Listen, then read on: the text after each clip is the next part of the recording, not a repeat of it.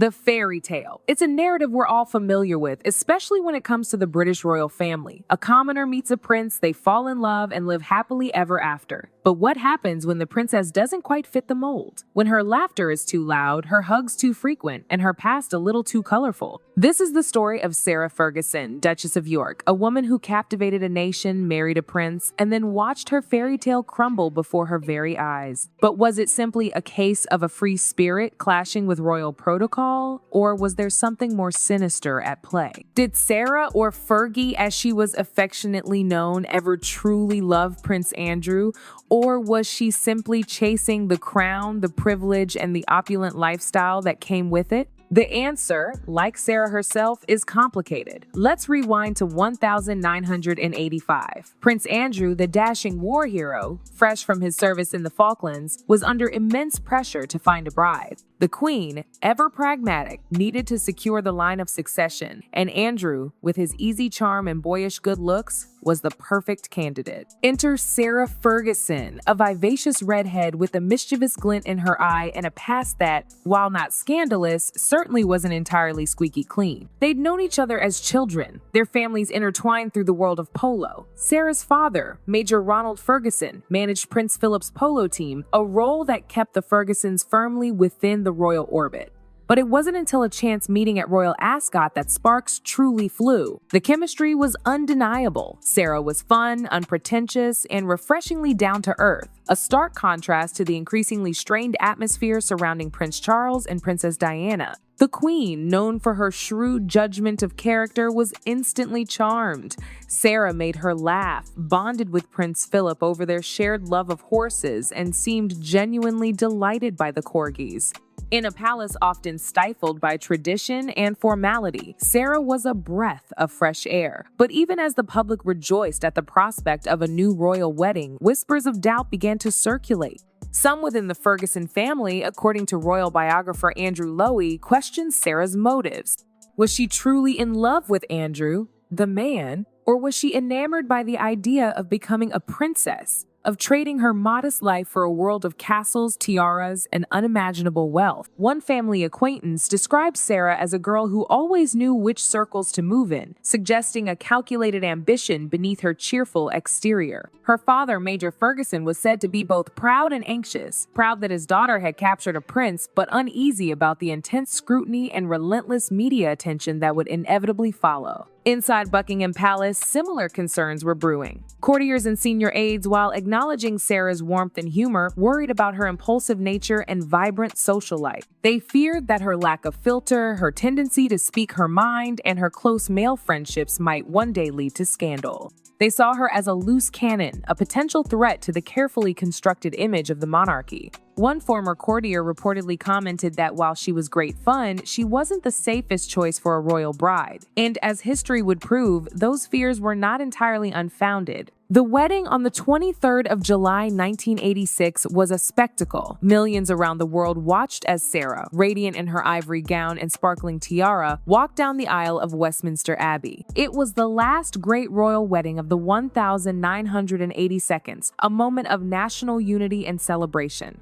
The newspapers hailed her as the People's Duchess, a relatable figure who brought a sense of warmth and accessibility to the often distant royal family. But even amidst the pomp and circumstance, the seeds of future discord were already sown. The palace, while outwardly welcoming, remained wary. Sarah, with her unconventional ways and independent spirit, was an outsider in a world governed by centuries of tradition and rigid protocol. And as the honeymoon period faded, the cracks in her fairy tale marriage began to widen, threatening to shatter the illusion of happily ever after. The problem, as it often does in royal marriages, was duty. Prince Andrew, a man of the sea, was frequently away on naval deployments. Imagine Sarah, fresh from the whirlwind romance and the fairy tale wedding, suddenly alone in sprawling royal residences, surrounded by stuffy courtiers and suffocating protocol. In the first 5 years of their marriage, they reportedly spent only 40 days together each year. 40 days. That's less than 2 months. How could any marriage, let alone one under the intense scrutiny of the world, survive such prolonged separation? Loneliness inevitably set in. And where there's loneliness, there's vulnerability. The tabloids, sensing blood in the water, pounce. Stories of lavish spending, extravagant holidays, and, most damagingly, whispered affairs began to circulate. The People's Duchess was quickly becoming a problem. The very qualities that had initially endeared her to the public, her exuberance, her informality, her candor,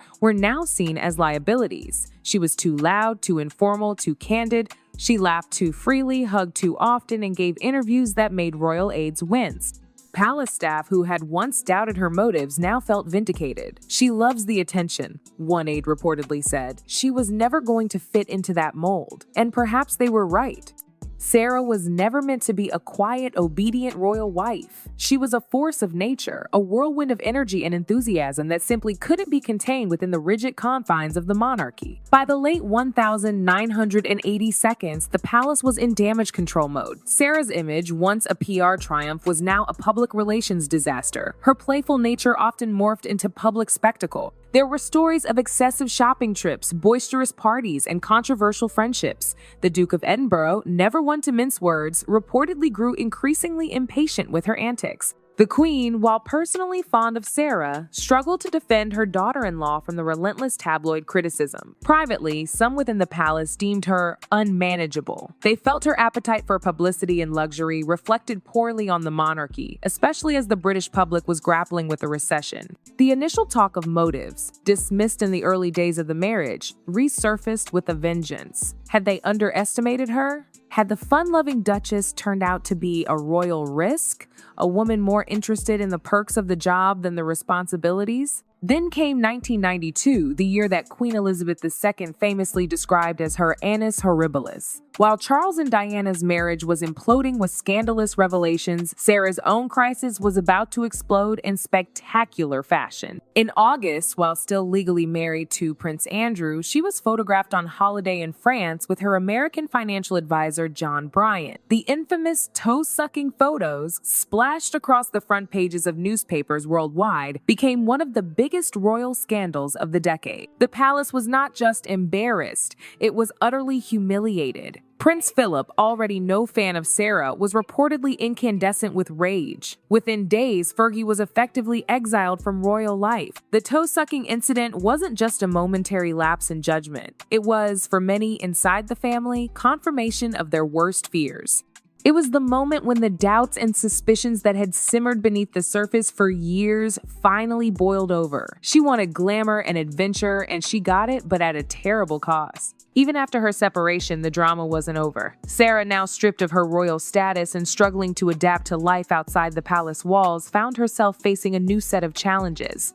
Financial woes, it seemed, were never far away. Her spending habits, her investments, her business ventures all became fodder for the ever-hungry tabloids. Critics accused her of courting publicity to stay relevant, of clinging to the vestiges of her former life. Supporters, however, saw a woman simply trying to survive, to carve out a new identity in a world that had once embraced her and then so publicly rejected her. But the scandals didn't stop there. In 2010, a hidden camera sting captured Sarah offering access to Prince Andrew in exchange for £500,000. The footage was devastating. The image of the Duchess of York, once the darling of the British public, reduced to brokering access to her ex-husband for cash, was a shocking fall from grace. She appeared emotional, perhaps even under the influence, but the damage was done. The public outcry was immediate and unforgiving. She issued a tearful apology, calling it a terrible lapse in judgment, a moment of weakness driven by financial desperation. But for many, it was further proof that Sarah Ferguson was simply incapable of escaping her own worst impulses. The incident reinforced the narrative that had dogged her for years, that she was greedy, opportunistic, and ultimately unfit for royal life. And then her name surfaced again, this time in connection with Prince Andrew's friendship with Jeffrey Epstein. Sarah admitted that she had accepted financial assistance from Epstein in 2010 to help clear debts, a decision she later described as a gigantic mistake. The revelation sparked a new wave of criticism, with many questioning her judgment and her association with a convicted sex offender. To royal watchers, these incidents echoed the same pattern: money troubles, impulsive choices, disastrous headlines. The palace had once worried about her past. Now, her present was proving to be even more troubling. And for those who had always doubted her motives, these scandals seemed to confirm their suspicions. Sarah Ferguson, they argued, had never truly escaped her appetite for risk and reward. She was a woman driven by ambition, a woman who had used her marriage to Prince Andrew as a stepping stone to a life of wealth and privilege, and who was now paying the price for her choices. But that isn't the full story, is it? Sarah Ferguson, for all her missteps and scandals, has always maintained that her marriage to Andrew was based on love. In numerous interviews, she's insisted that she married her man, who happened to be a prince. And despite their divorce, their relationship has remained remarkably close. They still live together at the Royal Lodge in Windsor, co-parent their daughters, and appear side by side at family events. Their unconventional arrangement has led many to believe that their love, however flawed and complicated, has endured. Her defenders argue that Sarah's mistakes were never malicious. They were impulsive, naive, sometimes foolish, but ultimately human. She was a young woman thrust into a gilded cage, unprepared for the pressure, and punished far more harshly than others who have stumbled within the same palace walls. She was a scapegoat, a convenient target for a press, and a public eager to tear down those they had once elevated. And perhaps there's some truth to that. Perhaps Sarah Ferguson was simply a victim of circumstance, a free spirit trapped in a world that couldn't accommodate her. Perhaps her ambition wasn't as calculating as some have suggested, but rather a desire for independence and self-expression in a system that demanded conformity. 4 decades later, those early family doubts linger like ghosts, whispering in the background of every profile, every news story. Was she the wrong woman at the wrong time? Or simply a woman ahead of her time? A square peg stubbornly refusing to fit into a round hole? The royal household, in its own glacial way, has slowly softened toward her. She's been welcomed back at certain family gatherings, seen as a doting grandmother, a published author, even, dare we say, a figure of resilience. But the stigma, the shadow of those early scandals, never fully lifts. In every profile, every newspaper feature, the question inevitably resurfaces. Did Sarah Ferguson marry Prince Andrew for love or for ambition? Perhaps the answer is both. Love and ambition are rarely mutually exclusive, especially within the gilded cage of royal life. Marriage, after all, is a political act, a strategic alliance as much as a romantic union. Look at the history of the monarchy. Arranged marriages, dynastic ambitions, the relentless pursuit of power and stability. To suggest that Sarah was somehow uniquely calculating is to ignore the very nature of the institution she married into. Many question why she's never remarried. Why, after the divorce, didn't she seek out another wealthy husband, another opportunity to secure her financial future? Some whisper that it all comes down to money and privilege, that she's content to remain in Andrew's orbit, enjoying the benefits of royal life without the constraints of royal duty. Others believe that her enduring friendship with Andrew is proof of a genuine connection, a bond that transcends the scandals and the divorce papers. Consider their living arrangement. Living together even after a very public and acrimonious divorce? It's hardly conventional. Is it a pragmatic arrangement, a way to save money and co-parent their daughters? Or is it something more profound, a testament to a love that, while perhaps not romantic in the traditional sense, remains a powerful force in their lives? We tend to simplify these narratives, to reduce complex relationships to simple binaries, love or ambition, victim or villain. But human emotions are rarely so clear-cut. Sarah Ferguson is not a saint, nor is she a monster. She's a flawed, complicated human being, a woman who made mistakes, who stumbled and fell, but who also managed to pick herself up and keep going. She's been ridiculed, vilified, and publicly shamed. She's been accused of greed, of opportunism, of bringing disgrace to the royal family. But she's also shown resilience, a refusal to be defined by her mistakes. She's become a successful author, a passionate advocate for children's charities, and a devoted mother and grandmother. And perhaps, in the end, that's what makes her story so compelling. It's not a fairy tale, but it's a human story, a story of ambition, love, loss, and redemption. It's a story that resonates with us because it reflects the messy, complicated reality of our own lives. We see ourselves in Sarah Ferguson, in her flaws, her vulnerabilities, and her enduring hope for a better future. What's clear is that Sarah Ferguson's journey from Duchess to outcast to comeback figure remains one of the most fascinating and human royal stories of our time. So, did her family have reason to worry? Possibly. Did she make mistakes? Absolutely. But did she also love Andrew in her own way? Let's face it, who can truly know the heart of another? Sarah Ferguson may never have been the perfect duchess, the demure and dutiful royal wife that some expected her to be. But she remains one of the most compelling, unpredictable, flawed, and utterly human figures in the modern history of the British royal family. And that perhaps is why her story still captivates us nearly 40 years later. So what do we make of this enduring friendship, this unconventional cohabitation? Is it a testament to a love that transcends societal norms, or a pragmatic arrangement born of necessity? Perhaps it's a bit of both. Perhaps Sarah and Andrew, having weathered the storms of public scrutiny and personal turmoil, have found a unique form of companionship that works for them. They are, after all, bound together by their shared history, their children, and their unwavering commitment to family. And what of the daughters, Beatrice and Eugenie? How have they navigated the complexities of their parents' relationship, the constant media attention, the endless speculation? They have, by all accounts, emerged as grounded, intelligent, and compassionate young women, a testament to the enduring strength of their family bond. They have witnessed their mother's triumphs and her failures, her moments of grace and her public humiliations. They have seen her rise and fall, and rise again. And through it all, they have remained fiercely loyal, a constant source of support and love. They have also, in their own way, rewritten the royal narrative. They are modern princesses, navigating the challenges of the 21st century with a sense of purpose and authenticity. They have pursued careers, started families, and used their platforms to advocate for causes they believe in. They are not simply ornaments of the monarchy, they are active participants in shaping its future. And Sarah, as a mother, must take some credit for that. She instilled in her daughters a sense of independence, a belief in their own abilities, and a willingness to challenge the status quo.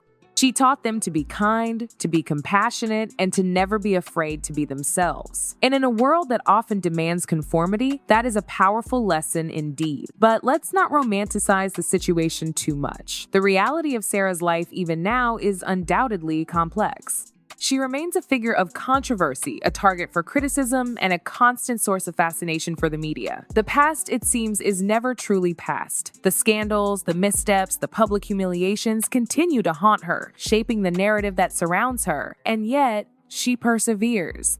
She writes books. She gives speeches. She advocates for charities. She refuses to be silenced, to be defined by her mistakes. She has found a way to carve out a meaningful life for herself, a life that is both public and private, both glamorous and down to earth. She is a survivor, a fighter, a woman who has learned to navigate the treacherous waters of royal life with a sense of humor and a healthy dose of self-awareness. She is, in many ways, a mirror reflecting our own complicated relationship with the monarchy. We are fascinated by the royals. We scrutinize their every move. We hold them to impossibly high standards.